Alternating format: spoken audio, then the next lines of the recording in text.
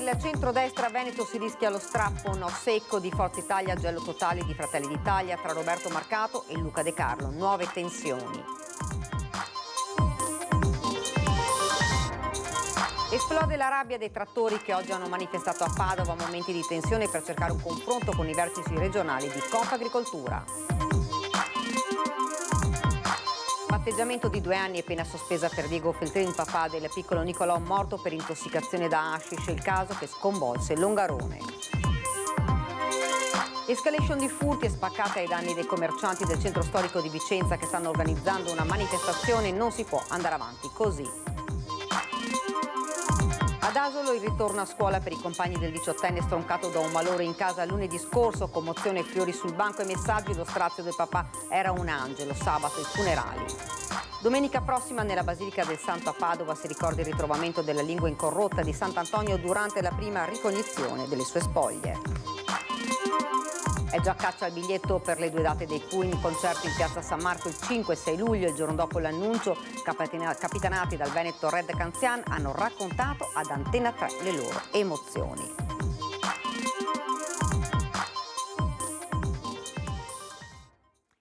Buonasera, ben ritrovati, edizione regionale dei nostri notiziari. Dunque questi titoli li avete sentiti: terzo mandato, nel centrodestra si rischia lo strappo.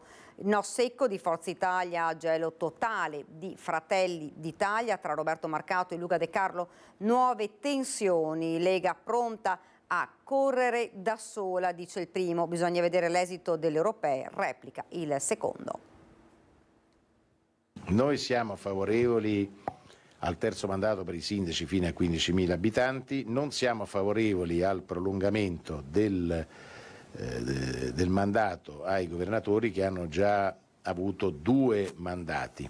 È una porta in faccia quella del vice premier azzurro agli alleati leghisti, promotori dell'emendamento al decreto elezioni che vorrebbe invece superare il divieto del terzo mandato per i governatori, vero ostacolo alla ricandidatura di Zaia nel 2025, ma il centrodestra è quanto mai diviso. Tranchant, Luca Ciriani, Friulano Doc e ministro per i rapporti con il Parlamento, l'alternanza potrebbe essere possibile, nessuno è eterno, neanche Zaia, le parole del meloniano che non lasciano indifferente nemmeno il diretto interessato. Mi sento un po' come San Sebastiano con le frecce che arrivano, replica il governatore veneto alla radio, ma io ho altro da fare, non ho tempo da perdere. Certo è che l'emendamento leghista depositato lunedì dai deputati veneti Stefani, Tosato, Bizzotto sta e giace alla Camera. Luca De Carlo, numero 1 di Fratelli d'Italia in Veneto, evoca una strumentalizzazione. Lo trovo anche abbastanza, diciamo così, non dico strumentale, ma sicuramente che non persegue un interesse generale, ma magari un interesse particolare, visto che chi lo propone sono 3 parlamentari veneti e l'allusione naturalmente alla possibilità di far fare il terzo, anzi quarto mandato nel caso di Luca Zaia è abbastanza evidente. Quindi invece io credo che su questo tema si debba legiferare sul principio generale. Insomma, tra alleati e il gelo, con Roberto Marcato che, seppure in rotta di collisione con il partito, sembra dettare la linea al carroccio. Il Veneto spetta alla Lega, altrimenti pronti a correre da soli, dice al portale Affari Italiani. Dichiarazioni che fanno perdere ogni diplomazia allo stesso De Carlo. La sfida sembra aperta. Io, più che il parere di Roberto Marcato, preferirei ascoltare il parere delle migliaia di cittadini, milioni di cittadini veneti che solo nelle ultime elezioni hanno scelto Fratelli d'Italia. Ricordo a me stesso e anche all'amico Marcato che un veneto su 3 alle elezioni scorse ha votato per Fratelli d'Italia. Adesso attendiamo di vedere quanti lo faranno anche alle europee e poi serenamente discuteremo di chi sarà il miglior candidato del post Zaia. Andiamo a Padova, esplode la rabbia dei trattori che oggi hanno manifestato a Padova, momenti di tensione per cercare un confronto con i vertici regionali di Confagricoltura.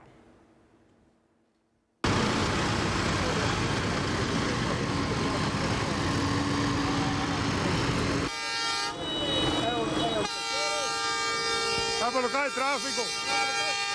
La potenza del clacson dei trattori rappresenta la rabbia dei tanti agricoltori che questa mattina sono arrivati a Padova da tutto il Veneto, anche da fuori regione, Udine, Mantova e Piacenza, dalle 8:30 del mattino fino alle 13, quando l'ultimo convoglio di oltre 250 trattori ha fatto il suo ingresso nel parcheggio dello Stadio Uganeo.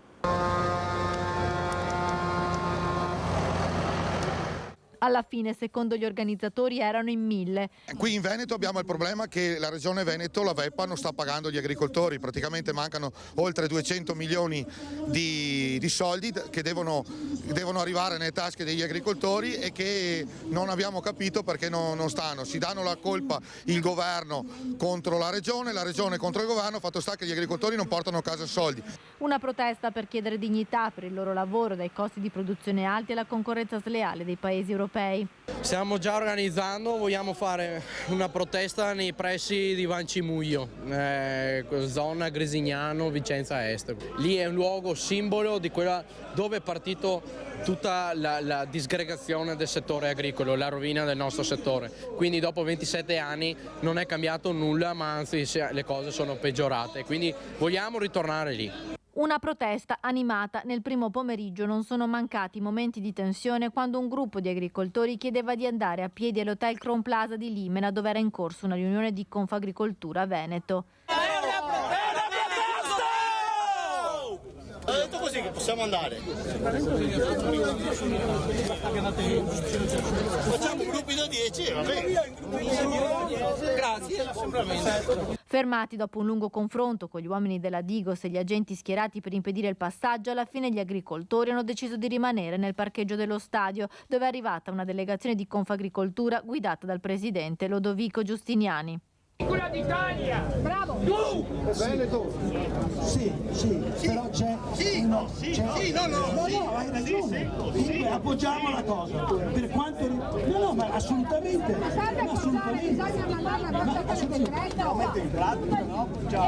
Il confronto sul palco è stato animato, ma alla fine la giornata si conclude con i trattori che si rimettono in marcia per tornare a casa, pronti per manifestare ancora.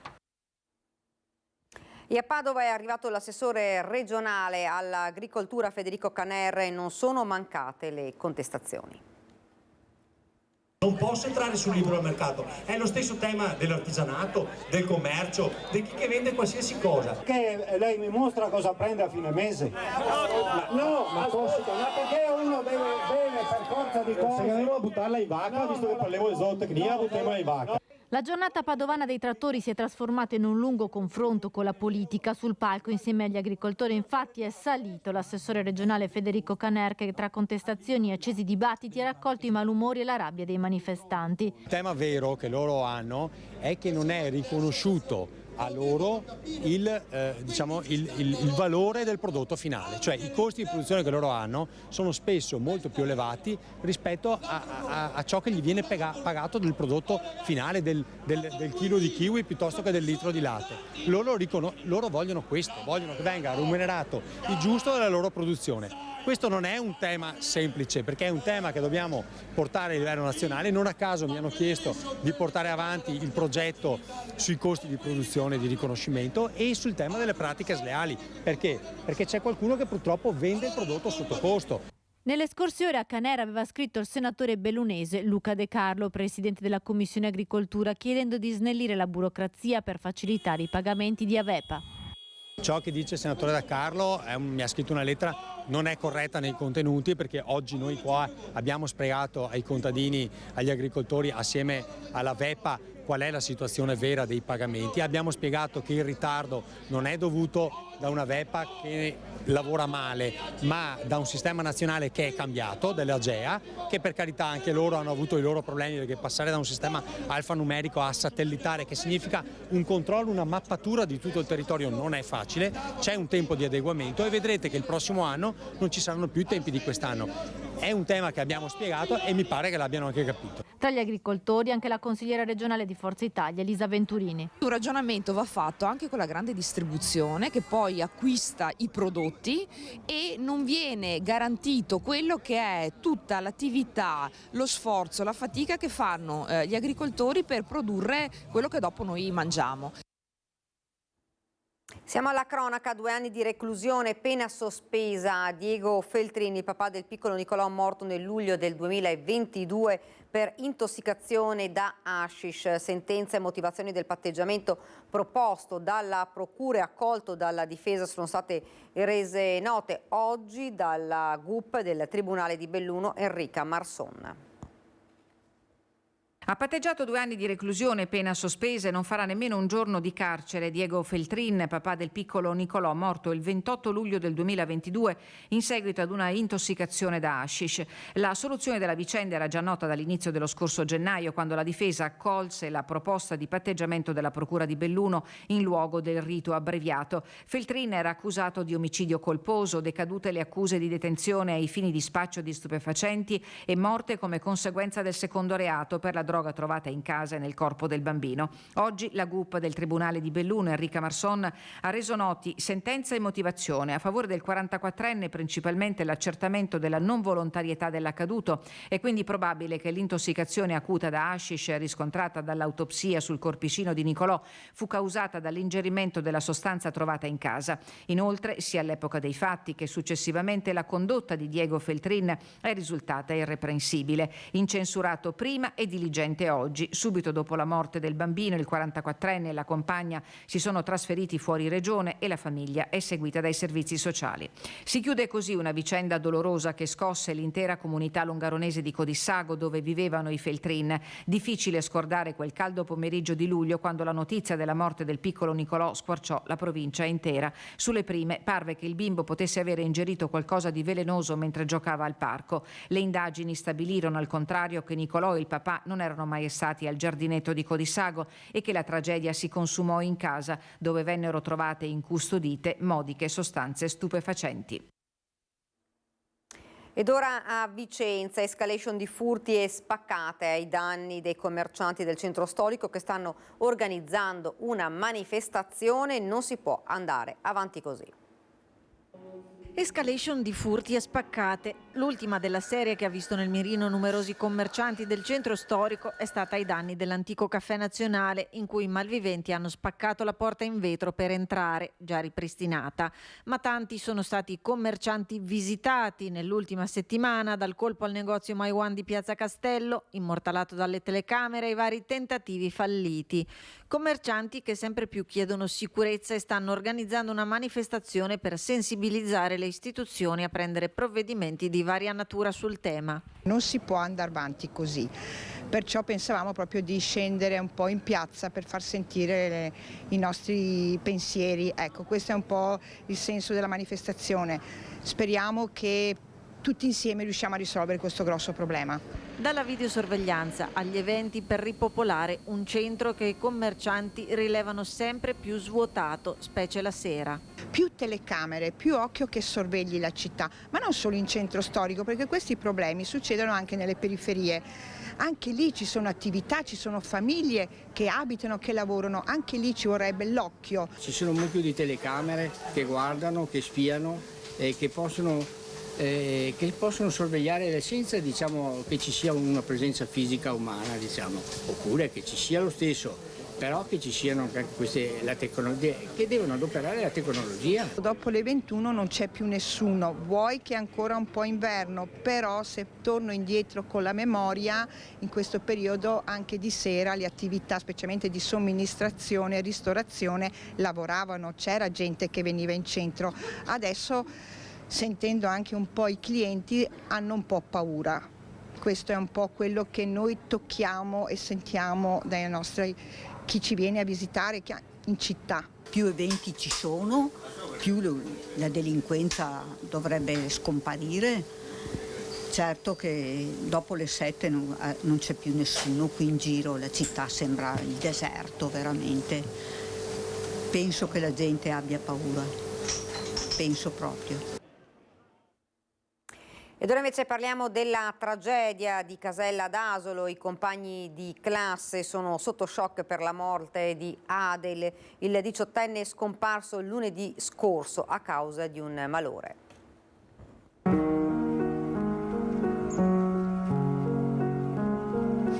Le margherite bianche, in mezzo una fascia di fiori blu. Un cuore per Adel, per quel compagno di classe che se n'è andato troppo presto, strappato alla vita da un malore improvviso. I compagni di classe del CFP di Fonte non hanno voglia di parlare, sono sotto shock, troppo grande il dolore, troppo difficile da accettare. Grande commozione questa mattina quando i ragazzi si sono ritrovati a scuola dopo le vacanze di Carnevale. Non è facile perché chiaramente nessuno è mai preparato ad affrontare un evento così tragico in un ragazzo così giovane. Ci vorrà molto tempo per metabolizzare. Quello che abbiamo detto ai ragazzi è stiamo uniti.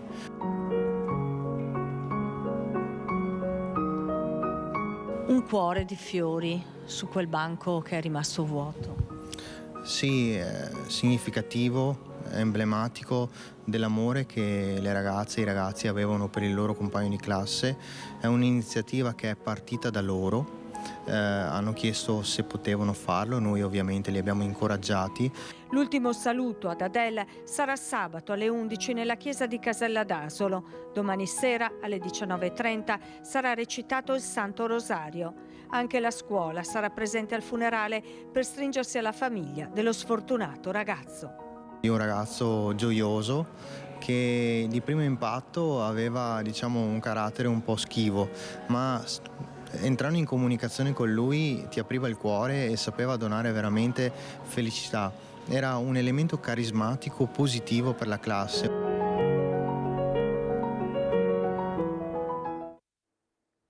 Una tragedia enorme, quella che ha colpito la famiglia di Adele. Era il nostro angelo, dice il padre. Sentiamo.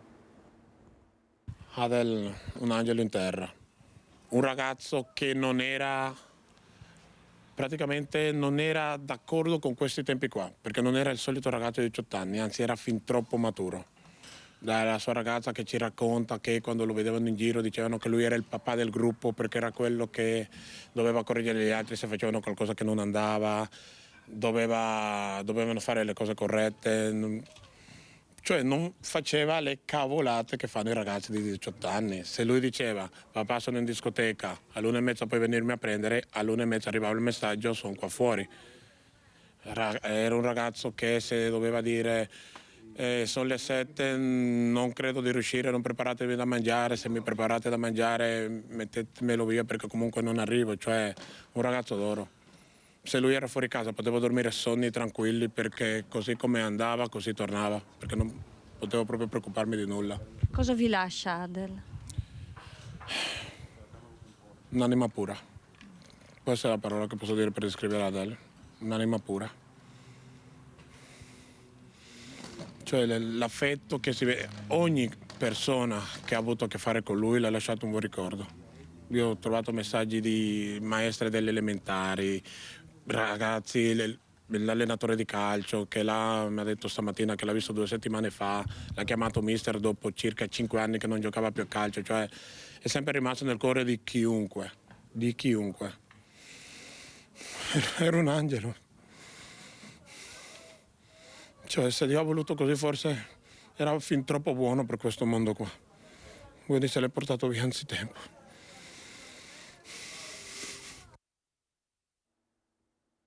Fermiamo, c'è la pubblicità.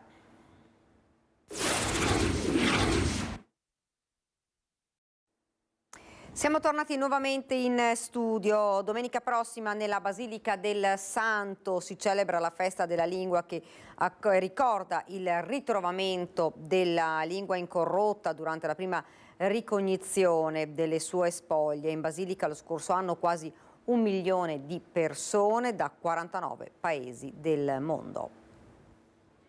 Domenica prossima la comunità antoniana celebra la festa della lingua, che è la seconda più importante dopo il 13 giugno. Sant'Antonio continua a parlare alla gente. Certo, forse proprio il nome della festa ci aiuta a riflettere su questo, sulla capacità, la forza di Sant'Antonio di parlare. Parlava mentre era in vita, continua a parlare ancora oggi perché il suo messaggio si diffonde sempre all'insegna di una pace da costruire, di una riconciliazione da edificare. Questa festa è legata alla tradizione, al ritrovamento della lingua incorrotta durante la prima ricognizione delle sue spoglie. Sì, circa 30 anni dopo la morte di Sant'Antonio, 1263, l'allora generale dell'ordine San Bonaventura appunto aprendo il sarcofago del santo, scopre che la sua lingua è incorrotta. Un prodigio che poi è durato anche nel corso dei secoli. Possiamo ancora osservare la lingua e già allora il generale San Bonaventura aveva intuito come questa lingua incorrotta potesse parlarci di questo stile di Antonio, che utilizza la sua capacità di parlare per diffondere il Vangelo, per lodare, ringraziare e benedire. La tomba del santo, la cappella delle reliquie sono i luoghi centrali della basilica di Sant'Antonio. L'anno scorso si è sfiorato il 1 milione di persone che sono entrate nella cappella delle reliquie. Se stiamo ai numeri dobbiamo forse aumentarli ancora di molto rispetto a quelli ufficiali, nel senso che non tutte le persone vengono quantificate, molte persone si avvicinano alla lingua pur uscendo dai meccanismi di conteggio, ma al di là dei numeri in senso stretto credo che noi abbiamo ancora bisogno di segni tangibili, visibili, di una santità che ci ha preceduto e che ci richiama a metterci sugli stessi passi, i passi di Antonio, ma anche di tanti nostri fratelli e sorelle che venendo qui a Padova hanno testimoniato la loro devozione e la loro fede.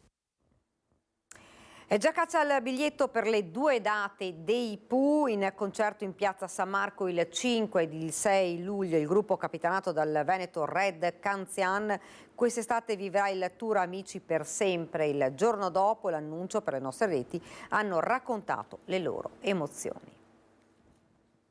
Come per Zucchero, Bocelli, Ennio Morricone e lo scorso anno per Laura Pausini, che si è esibita in una piazza San Marco bagnata dalla pioggia e dall'acqua alta, Piazza San Marco si prepara ancora a 2 serate sold out la prossima estate per il doppio concerto dei Pooh il 5 e 6 luglio in Piazza San Marco a Venezia con inizio alle ore 21. Saranno certamente 2 serate magiche, parte del tour dei Pooh Amici per sempre, per le quali è già partita la caccia al biglietto. Sarà tutto esaurito a nemmeno 24 ore dall'annuncio. Oggi i Pooh, guidati dal veneto e trevigiano doc Red Canzian, da Milano hanno regalato una preziosa anteprima alle nostre reti, raccontando le sensazioni e l'attesa di esibirsi a San Marco.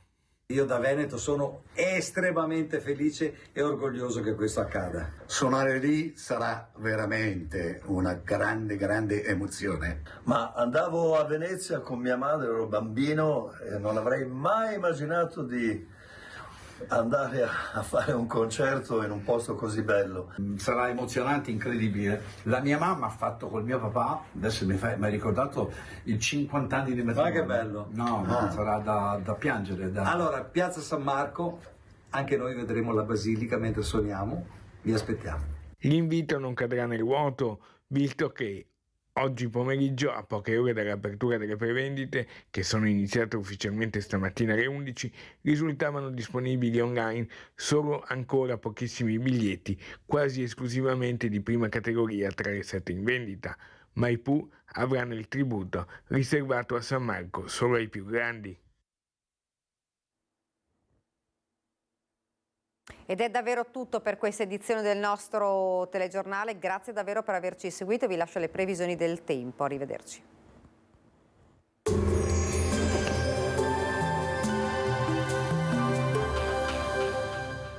Cooperativa Agricola Volpago offre carni fresche e selezionate di prima qualità, senza uso di antibiotici, direttamente dagli allevamenti locali dei nostri soci allevatori.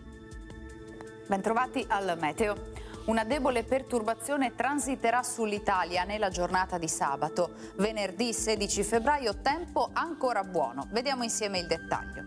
Sul Veneto sarà asciutto e stabile. Al mattino in pianura consuete riduzioni della visibilità per foschie e nebbie. A seguire più sole ovunque. Temperature stazionarie o in lieve locale variazione. Minime tra 2 e 5 gradi, massime tra 8 e 13 gradi. Spostiamoci ora sul Friuli Venezia Giulia. Anche qui possibili nebbie e foschie in mattinata. Tanto sole e cielo al massimo poco nuvoloso a seguire.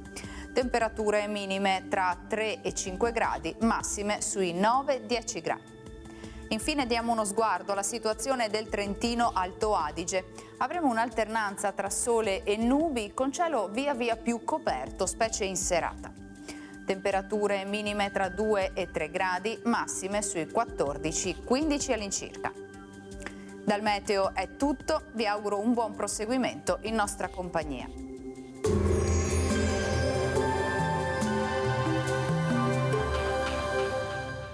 Cooperativa Agricola Volpago offre carni fresche e selezionate di prima qualità, senza uso di antibiotici, direttamente dagli allevamenti locali dei nostri soci allevatori.